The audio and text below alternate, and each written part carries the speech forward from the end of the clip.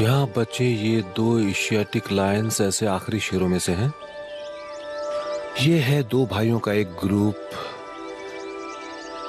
सोचकर हैरानी होती है कि ये सब स्पीशीज पूरे भारत, पूरे मिडिल ईस्ट और नॉर्दर्न अफ्रीका में भी फैली हुई थी, पर अब इनकी छोटी सी आबादी सिर्फ गिर नेशनल पार्क में ही सिमट कर रह गई है। ये यहाँ हजारों साल से मौजूद रहे हैं और एक कमाल की बात है कि इनकी तादाद बहुत ज्यादा घटने के बावजूद आज इनकी संख्या इतनी नजर आती है।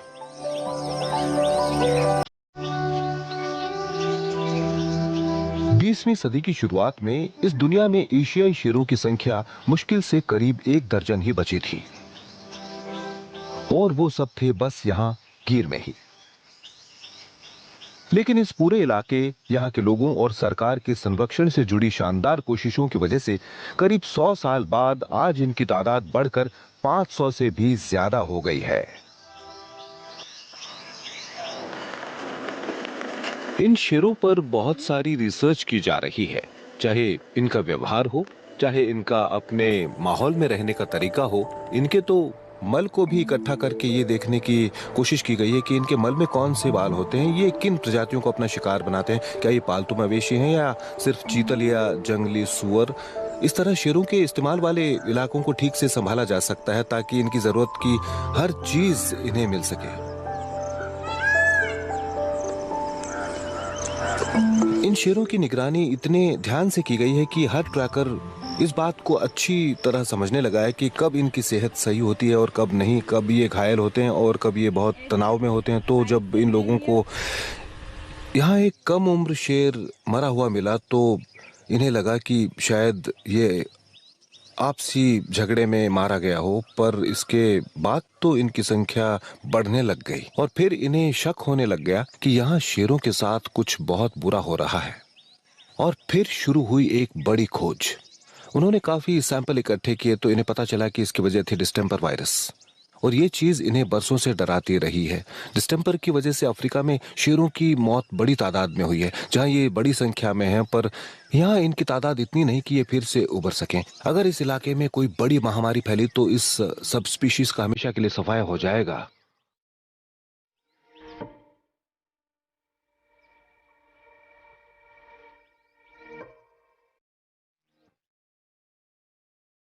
पिछले साल भी इन्हीं दिनों में पाक को इस बड़ी मुसीबत का सामना करना पड़ा था।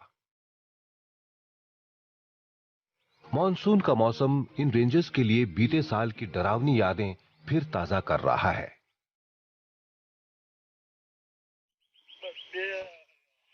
पाक में एक अजीब सी घबराहट है, खासकर पूर्वी हिस्से में जहां वायरस ने तबाही मचाई थी।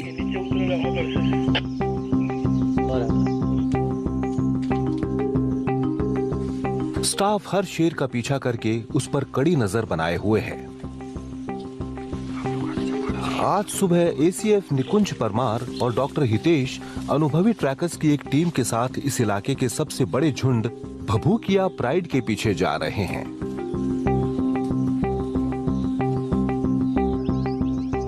ट्रैकर्स की एक टीम को पहले अंदाजा हुआ था कि इस झुंड की एक शेरनी बीमार लग रही थी। ऐसा वायरस की वजह से हो रहा है, इस सिलसिले में कोई भी जोखिम नहीं उठाना चाहता था।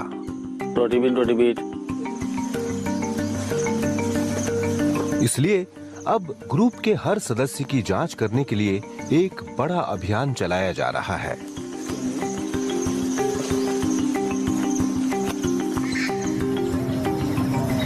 गिर के दूसरे हिस्सों के उलट पूर्वी हिस्से में पहाड़ियां और घास के मैदान हैं।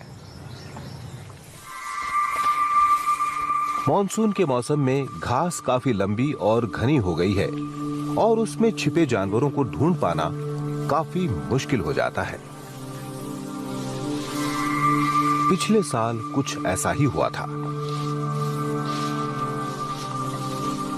फॉरेस्ट गार्ड शिव कुमार इस इलाके में ड्यूटी पर थे और तब उन्हें अपनी सुबह की गश्त के दौरान बीमार और दम तोड़ते शेर नजर आए थे।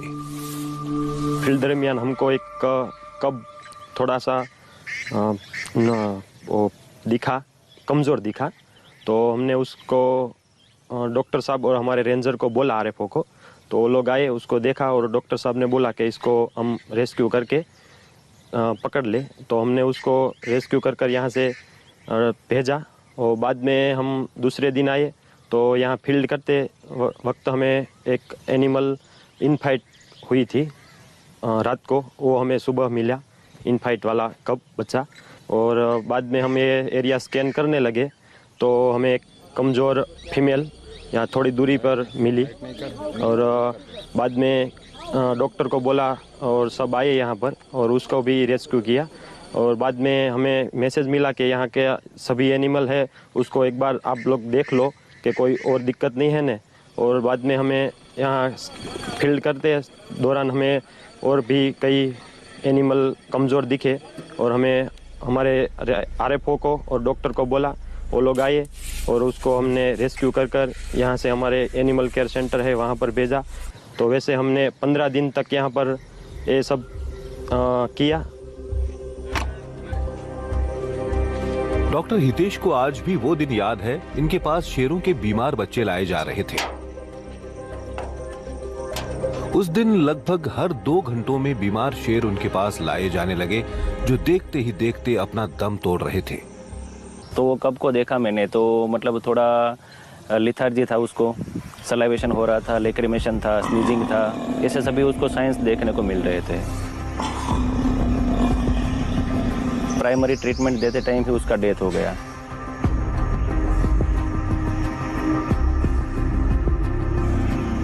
सभी एनिमल्स में एक ही टाइप के सिम्टोम, एक ही टाइप का डेथ, एक ही मतलब एक ही प्लेस जो सेम होती है, कंडीशन सेम होती है, वैसी प्लेस पे ही सभी एनिमल्स के डेथ हो रहे हैं। क्योंकि जितने भी डेड बॉडी 8 डेड बॉडी जो रिकवर किए थे वो सभी एक ही एरिया में, एक ही रेंज में और छोटे से एरिया में थे। स्थानीय स्टाफ के दिन रात जुटे रहने के बावजूद इन शेरों के लिए जिंदा बच पाना मुश्किल हो रहा था। सभी शेरों को इस बीमारी से बचाने के लिए सबसे जरूरी था उन्हें ढूंढना, पर इलाका बहुत बड़ा था और इसमें आवाजाही भी आसान नहीं थी। इन्हें जरूरत थी मदद की, तो ये नजर न आने वाले अपने दुश्मन से कैसे लड़ते? हम हैं पश्चिमी भारत के गिर नेशनल पार्क में, जो एशियाई शेरों का आखिरी आशियाना है।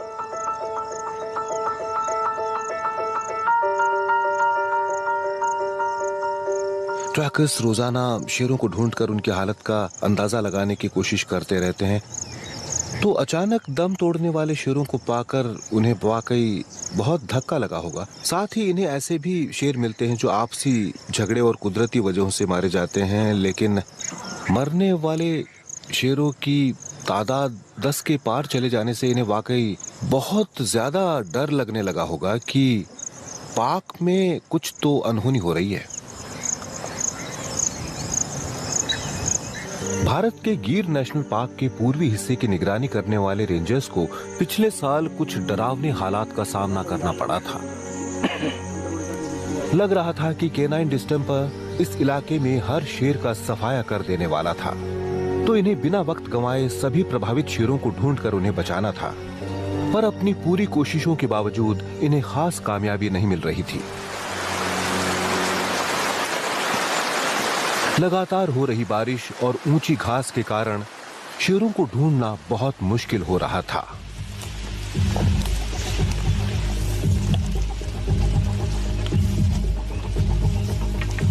समस्या बड़ी है ये समझने के बाद इलाके के रेंजर्स ने अपने हेडक्वार्टर्स से मदद मांगी। शासन के हेडक्वार्टर्स से अनुभवी ट्रैकर्स और वन कर्मियों की एक टीम को इस संकट को हल करने में मदद के लिए फौरन रवाना किया गया।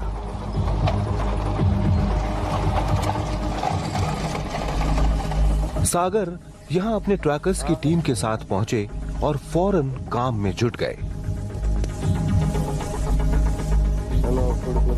और पूरा 10 दिन तक हमने सर्च किया पूरा एरिया, और एक बॉडी हमको मिली थी और 2 लायंस कब मिले थे। उसको मतलब पकड़ना एक चैलेंज था हमारे लिए। 534 इब्राहिम पे कंट्रोल। क्योंकि उस हमें पता नहीं था उसकी माँ मिस है या है अभी।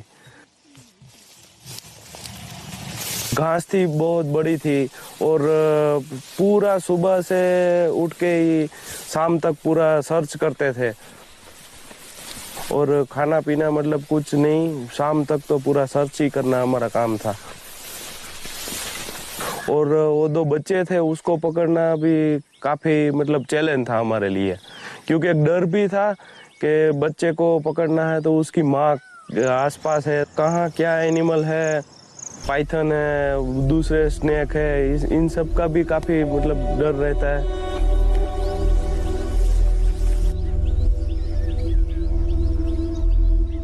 सबसे अनुभवी ट्रैकर्स ने भी अपनी जिंदगी में कभी ऐसा अनुभव नहीं किया था और वो फिर कभी ऐसा कुछ करना भी नहीं चाहते थे।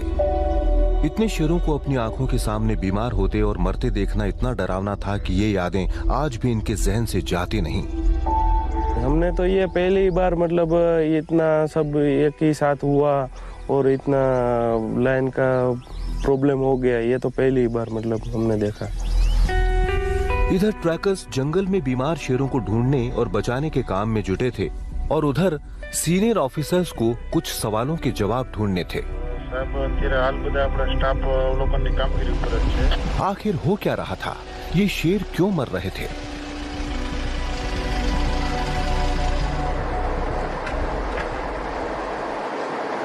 मेडिकल टीम्स ने तमाम सैंपल्स और जानकारी इकट्ठी की और इन्हें देश के चोटी के रिसर्च इंस्टीट्यूट्स को भेजा और शोधकर्ताओं ने इन ऑफिसर्स की आशंका की पुष्टि कर दी। मरे हुए शेरों से जो सैंपल इकट्ठे किए गए थे उनमें हवा के जरिए फैलने वाले सीडीवी के बेहद संक्रामक वायरस मिले। इसके अलावा शेर बबीजिया से भी संक्रमित थे। ये पिस्सुओं पर पलने वाला एक परजीवी है।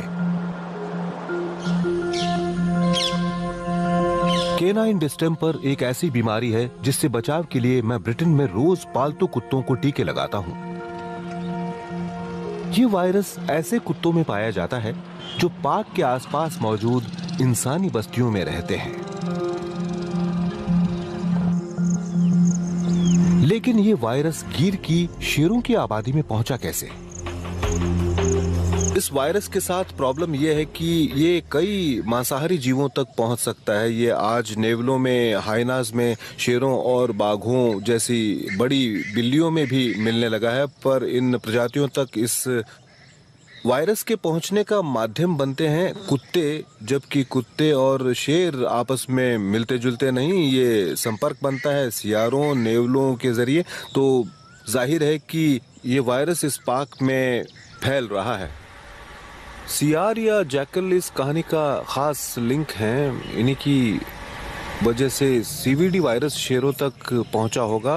जेनेटिकली जैकल आम कुत्तों से काफ़ी मिलते जुलते हैं और यहाँ ये कुत्तों के इलाके में आते जाते भी रहते हैं और साथ खाते पीते भी हैं। सीवीडी वायरस खुद में थोड़ा बहुत बदलाव करके कुत्तों की बॉडी से सियार की बॉडी में आसानी से पहुंच सकता है और फिर जैकल इस वायरस को अपने साथ पार्क में ले जाते हैं। एक बार फिर ये वायरस अपने में थोड़ा सा बदलाव करके कुत्तों से शेरों में पहुंच जाता है और ये दोनों ही मांसाहारी जीव हैं।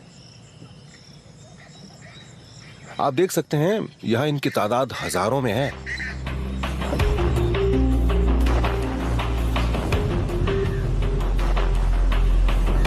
और फिर इस वायरस को शेरों तक पहुंचने में ज्यादा समय नहीं लगा।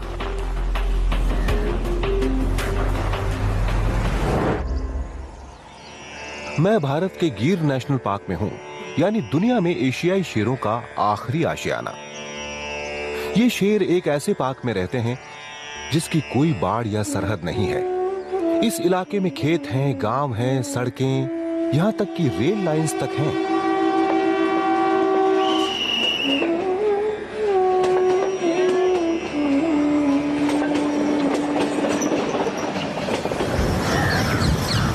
इन झाड़ियों के पार मवेशियों को पालने वाले अपनी गायों को लेकर जा रहे हैं। इन शेरों और इन लोगों के बीच कभी ज़्यादा फासला नहीं होता और ये लोगों के आसपास रहने के आदी हो चुके हैं। पिछले 100 साल से शेरों और लोगों के बीच का ये रिश्ता इन जीवों को सुरक्षित रखता आया है, पर अब कुत्तों और केनाइन डिस्टेंपर की वजह से ये नजदीकी एक गंभीर समस्या बन सकती है। जब पाक के पूर्वी हिस्से में वायरस का हमला हुआ, तब ऑफिसर्स को समस्या की गंभीरता समझ में आई। जब यह बात पक्की हो गई कि इस समस्या की वजह डिस्टेंपर वायरस ही था, तो पाक ऑफिसर्स को कुछ करने पर मजबूर होना पड़ा। पास ही शेरों के दूसरे ग्रुप्स भी थे जो इस इलाके में आ सकते थे और ये वायरस उनकी भी जान ले सकता था। किसी वायरस को काबू करना बहुत बड़ा काम होता है। मैं ब्रिटेन में फुट एंड माउथ डिजीज के मामले में ऐसी चुनौती झेल चुका हूँ जिसने वहां कई मवेशियों की जान ली थी। ये एक बड़ा चैलेंज था। सीनियर ऑफिसर दुष्यंत बताते हैं कि इस चुनौती का सामना कैसे किया गया। हमारा पहला कदम था कि उस इलाके में मौजूद सभी जानवरों को निकालकर रेस्क्यू सेंटर लाए और उनकी देखरेख शुरू कर दें। दूसरा कदम था कि हमने स्टाफ के सभी 550 लोगों की 140 टीम्स बनाकर 14,000 वर्ग किलोमीटर इलाके की छानबीन की और शेरों की सेहत पर नजर रखी। हमें पता चला कि एक इलाके को छोड़कर और कहीं भी शेर प्रभावित नहीं थे। फिर हमने तीसरा कदम उठाया। हमने उस प्रभावित इलाके के आसपास के क्षेत्र के जानवरों को अपने अलग अलग बचाव केंद्रों पर रख दिया। तो ये काम हमने 3 हिस्सों में किया। हमने बड़े ही असरदार तरीके से इस सीडीवी का सामना किया और हम शेरों की मौत के आंकड़े को 23 तक सीमित रख पाए, और वो भी सिर्फ 25 वर्ग किलोमीटर के इलाके तक ही। खुशकिस्मती से वायरस इस जगह ही सीमित रहा और पाक के अन्य हिस्सों तक नहीं फैला। इस तरह संकट खत्म हो गया। लेकिन इससे गिर के हालात हमेशा के लिए बदल गए। ऑफिसर्स को समझ में आ गया कि उन्हें हर वक्त बेहद सावधान रहना होगा।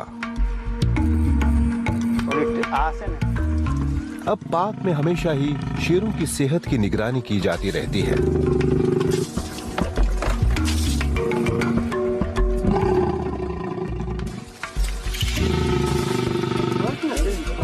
हमारा स्टाफ लगातार फील्ड्स में घूमते हुए जानवरों की सेहत पर नजर रखता है। हमारे पास वेटरनरी डॉक्टर्स हैं और 9 रेस्क्यू सेंटर्स भी हैं जो शेरों की सेहत पर नजर रखते हैं, और हमें इस बात का पूरा यकीन है कि ऐसा बार बार नहीं होगा।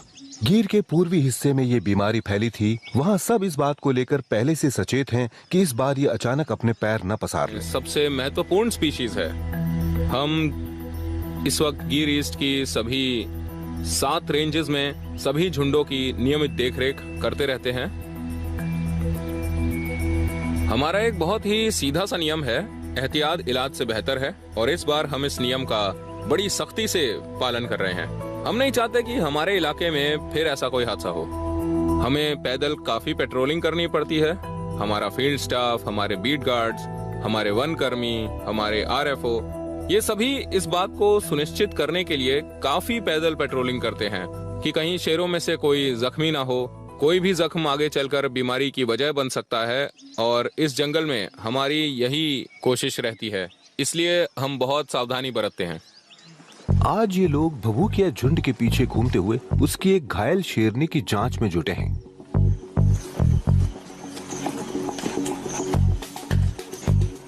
ये लोग ये सुनिश्चित करना चाहते हैं कि इसमें वायरस के कोई लक्षण न हो।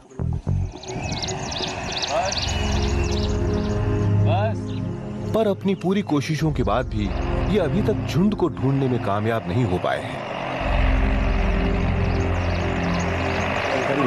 जी, वहाँ पर कुछ नहीं मिला, और दूसरा एरिया हम स्कैन करेंगे, वहाँ को शाम तक कुछ मिल जाएगा। जी, और पीछे वो फुटमार्क दिखे थे, उसका मैंने बोला था कि वो उसके पीछे हम गए ना, उसके पीछे तो थोड़ा घास बड़ी थी ना, तो वहाँ से नहीं दिख रहे हैं। मतलब घास से दिक्कत हो रही है, प्रॉब्लम क्या है? वो घास बड़ी है ना, तो उसमें दिक्कत हो रही है। आज का दिन भी निराश करके ही गया। बारिश शुरू हो गई तो इन लोगों ने ढूंढने का काम अगले दिन तक के लिए टाल दिया। लेकिन समय ज्यादा बचा नहीं है। इससे पहले कि बहुत देर हो जाए, इन्हें बीमार शेर तक पहुंचना होगा। अगली बार देखिए, पाक रेंजर्स को बीमार शेरनी मिल ही जाती है, पर साथ ही इन्हें मिलता है एक होश उड़ाने वाला सरप्राइज भी। और झुंड के एक और सदस्य को लगी हैं गंभीर चोटें। तो क्या ये लोग उसे बचा पाएंगे?